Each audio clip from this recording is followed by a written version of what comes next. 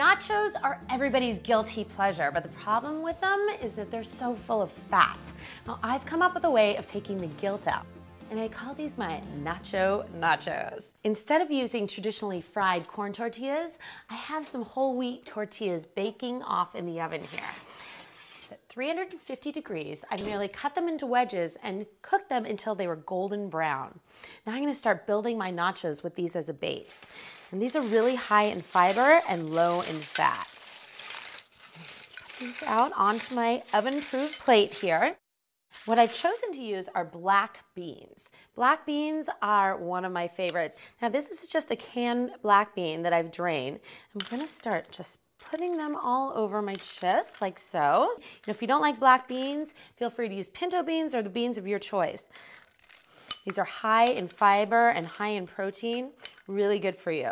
Top these off, and now I'm going to use a low-fat pepper jack cheese. I've chosen the pepper jack because it has that wonderful kick that I love so much. And because it's low-fat, this is no time to skimp. This is what I love about nachos. It's the cheese. This is the binder. This is what brings it all together. And these are gonna go back into my 350-degree oven until the cheese is really well melted. This will take about 8 to 10 minutes. All right, so let's pop these out of the oven. Ooh, that cheese is all nice and melted, and you got some crispy brown whole wheat tortilla chips there. And now to top it off, I have some taco seasoning here. I've made this myself. It has ground cumin, chili powder, some granulated garlic and onion, but if you don't want to make your own, you can simply buy a package at the store. And this is what gives these so much flavor. Sprinkle that all over, just like that. And then I'm gonna start topping it off with some of my favorite ingredients. Now this is where you can use whatever you want, but I happen to love fresh tomatoes. Fresh diced tomatoes. I'm gonna just put those around. Now I'm gonna put on some green onions. All right, sprinkle those all over.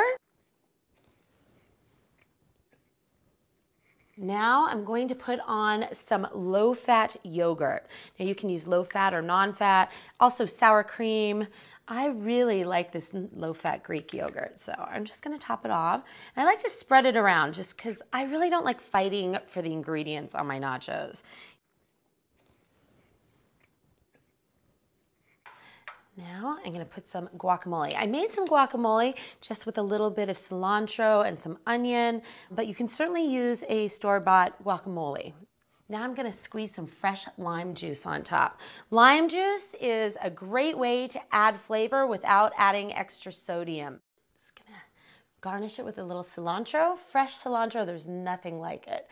So what I like to do is take it and break it. And just kinda put it all on top. Now my nachos are no longer a guilty pleasure, but a healthy meal.